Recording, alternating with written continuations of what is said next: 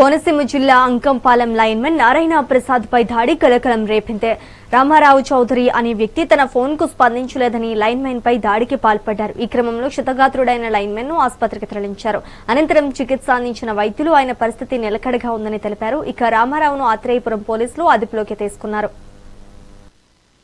ఊళ్ళో transformer fail అయింది.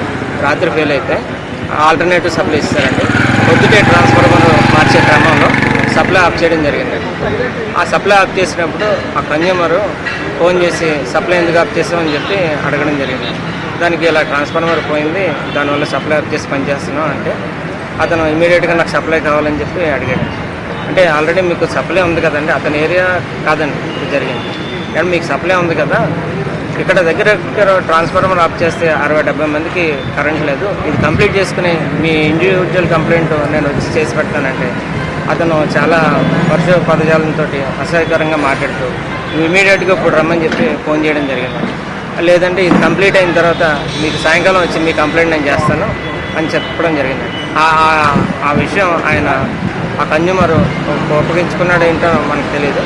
రావడంతో ఇసురుగా వచ్చి ఆ లైన్మెన్ గారిని మొత్తం వచ్చి చెంపల మీద కొట్టి తోయడం జరిగింది.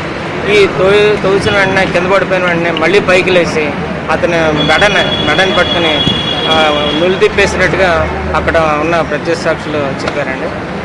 యాక్చువల్గా ఆ లైన్మెన్ గారు పేషెంట్ అయి ఉన్నారండి. సర్జరీ చేయించుకుని ఇంచుమించు రీసెంట్గానే ఒక నెల క్రితం మళ్ళీ డ్యూటీలో జాయిన్ చేయడం జరిగిందండి.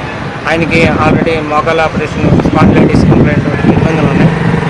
ఆయన పేషెంట్ అని తెలిసి దట్టు ఆ మెడ కంప్లైంట్ ఉందని కూడా తెలిసి పర్టికులర్గా ఆ కన్జ్యూమర్ మెడ పట్టుకొని తిప్పేయడం జరిగిందండి.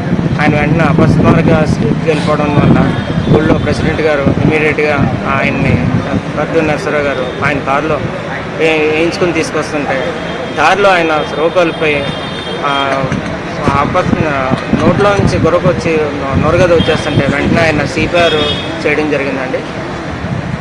వెంటనే ఒకటొకటిని హాస్పిటల్ తీసుకురావడం వల్ల చాలా వరకు ప్రాణం అయితే సేవ్ చేయగలిగారండి. ఆ ఊళ్ళో ట్రాన్స్ఫర్